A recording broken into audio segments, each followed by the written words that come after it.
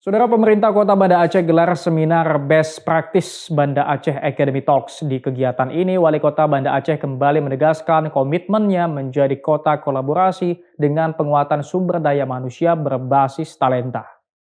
Yang berkecimpung di bidang bukan Banda Aceh teroris. Nah, Academy ini Talks menjadi yang ruang saya dialog suka dari strategis yang warisan mempertemukan etnisnya untuk pemimpin anak daerah, cucu. Itu yang akademisi, paling dan penting generasi sebutkan muda. nanti masuk Seminar Best Practice pegawai ini rendah. membuka wawasan generasi muda guna membangun jejaring dan menghadirkan inspirasi nyata dari para pemimpin daerah terbaik yang diundang menjadi pembicara dalam kegiatan ini.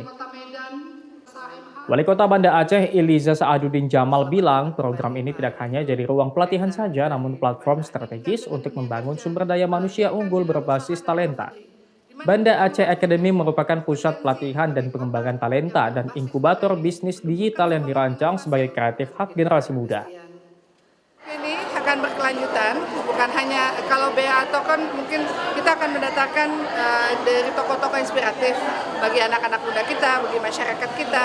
Tapi kita yang paling penting adalah kita punya Banda Aceh Academy. Di mana Banda Aceh Academy ini ada upskilling, reskilling, kemudian melahirkan startup, anak-anak muda kita UMKM bisa naik kelas, bisa ekspansi, kemudian bisa mencari tenaga kerja, link image, untuk pembelajaran, untuk pendidikan, bersertifikasi.